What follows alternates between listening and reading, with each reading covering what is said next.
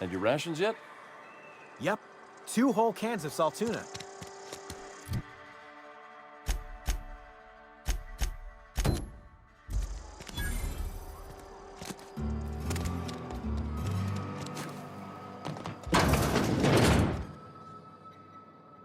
Whoa, did Mr. Thompson send you? Well, you tell Mr. Thompson I'll be right at my post. Tomorrow. Bright and early tomorrow.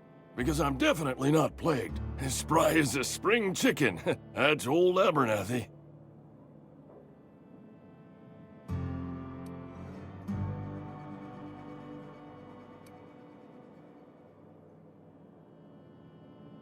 You some sort of wandering alienist? Walking into a man's own domicile, pestering him about his mental state? Silas knows, doesn't he? That's why he sent you. That's why he wants me to pay up. He knows.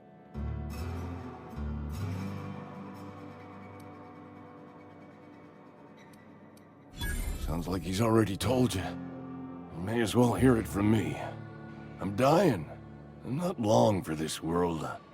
The date of my expiration is fast approaching, and soon I shall be ushered through the great cannery in the skies. It's plague. Has to be. Silas knows. He knows I got one foot in my grave, and now he wants to charge me for the other one.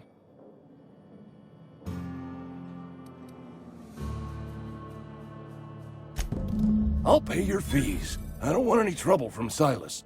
But if you could see a way to freelancing for me, I could really use the help. There's a cache of anthracillin tucked away in the old community center. Powerful stuff. Stronger than what we got, anyway. I need you to break in, nab that medicine, and bring it back to me.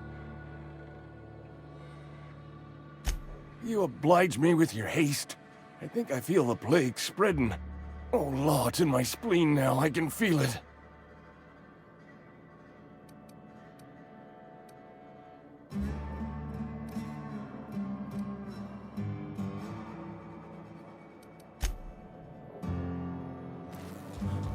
You're making a mistake working for Abernathy. Please don't touch anything. Your hands are probably crawling with germs. Physical hygiene recapitulates moral hygiene. Cleanliness is next to lawfulness.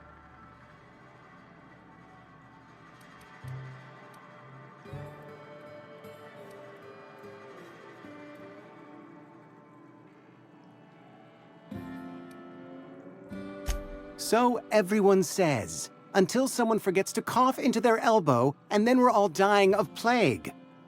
I'm Conrad. You will report to me if your hair fails to meet Spacer's Choice aesthetic standards. You will also report to me in the event of your death, whereupon I will clean and prepare your remains for interment. Ah, gravesite fees. Silas and I had talked about this at length.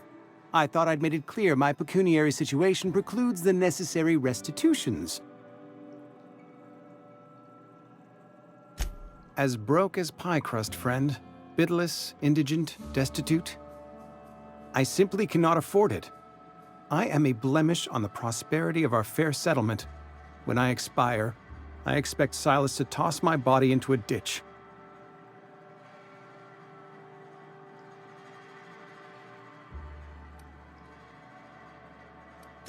With what? My own blood? Tell Silas I can't afford to pay, and that I fully expect to have my medical rights revoked for this dereliction.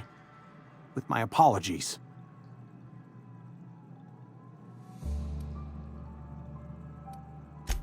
Some time ago, I fell ill with the plague.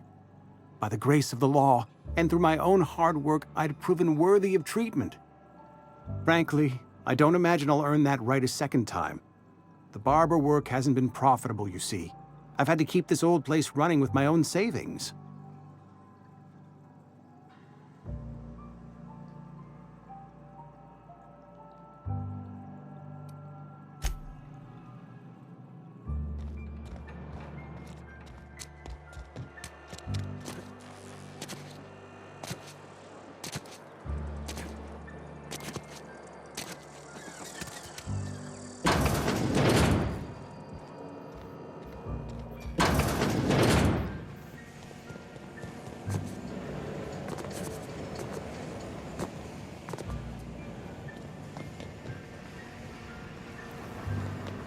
You the new worker?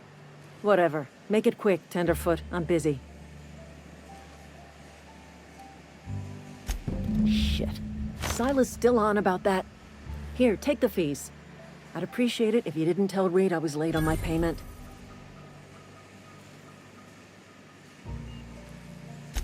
Because they're not my fees and not my gravesite.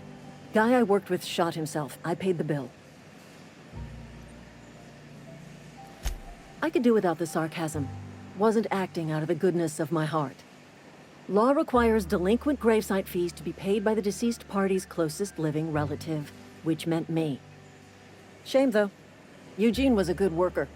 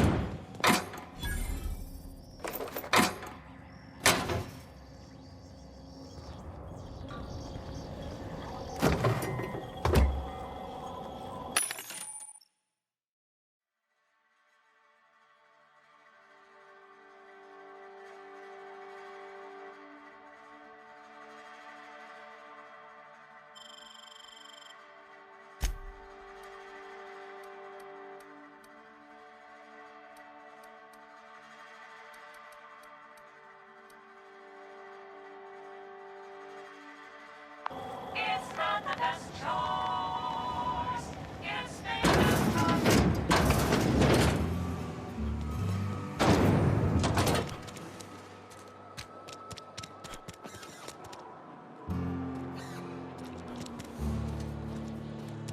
Hey, you hear about Wilson?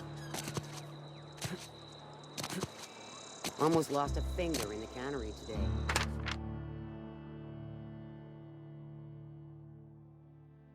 I know how you feel.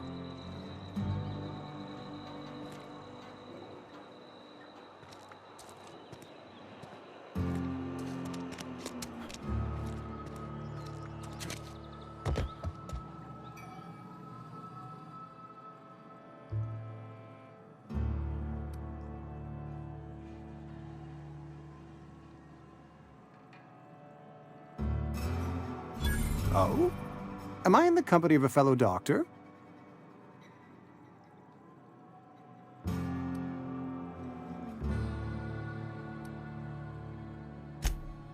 I am a Spacer's Choice certified surgeon, and if you must know, I can stitch a severed thumb with a 58% chance of avoiding gangrene.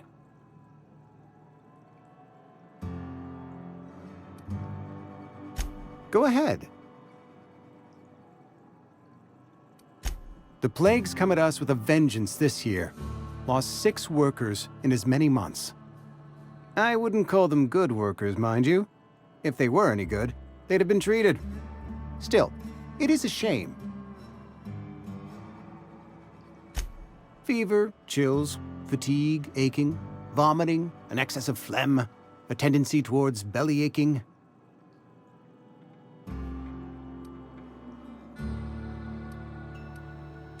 Whatever it may be, I have developed my own palliative. Boiled canid liver and a splash of ethanol.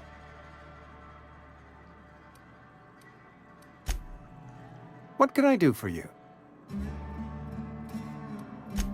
A ship? Dear me. You seem to have lost the ability to distinguish between reality and fantasy. This is what happens when you let your imagination run wild. I don't approve of fantasizing. It's a dreadful habit, corrosive to the mental faculties. You ought to let the vicar take a look inside your head.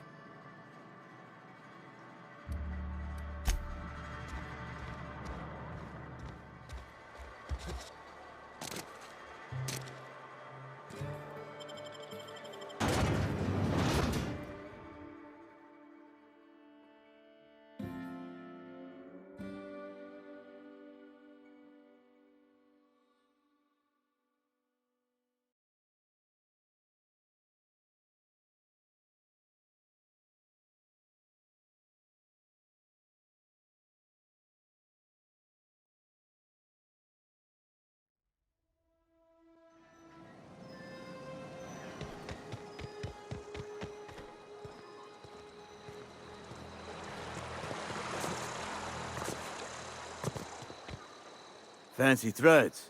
That some kind of hibernation suit?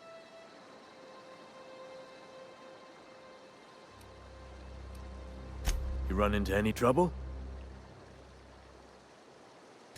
Conrad's barbershop is a yawning pit that swallows his every bit. I keep telling him he should cut a few corners, skimp out on the disinfectant. You gotta put the squeeze on Conrad. Find some dirt on him. Maybe check his back room. That's the word, extortion. Been on the tip of my tongue all day.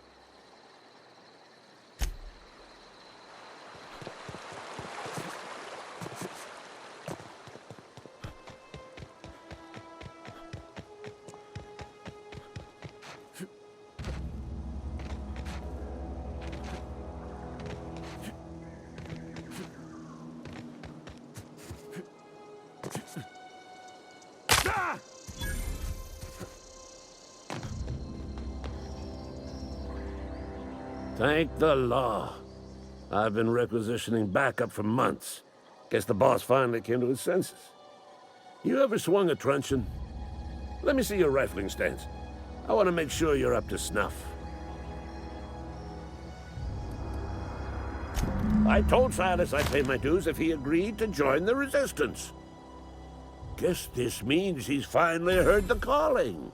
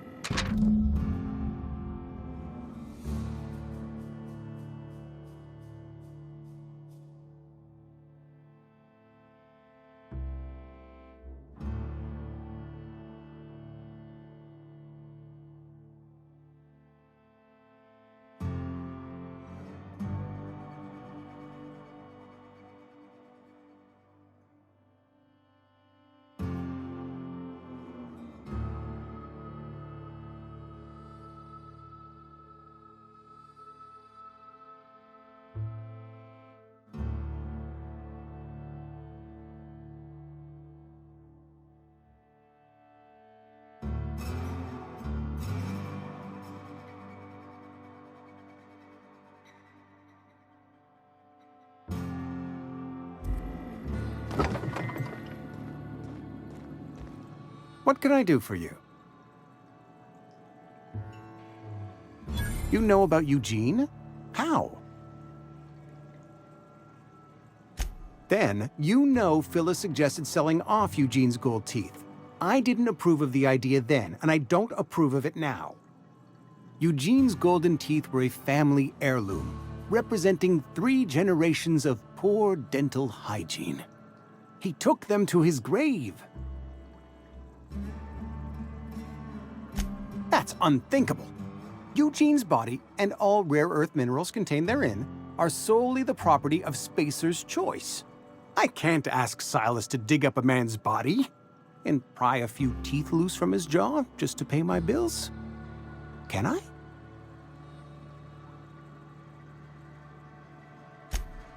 Yes, I suppose I must. Here you are. Gravesite papers affixed with my signature and an IOU.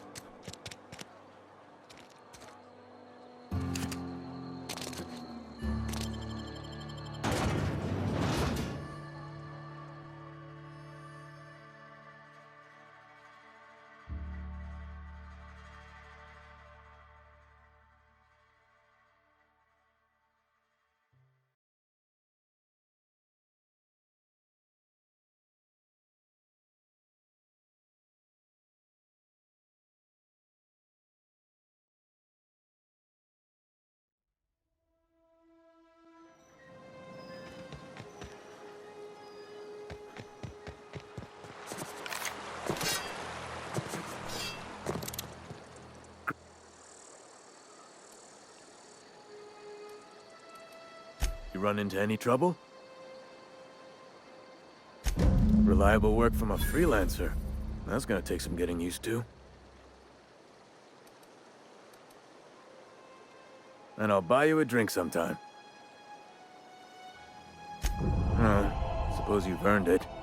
One good turn deserves another.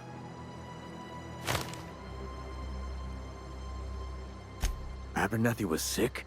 With the plague? That's disgusting. I shook hands with the guy.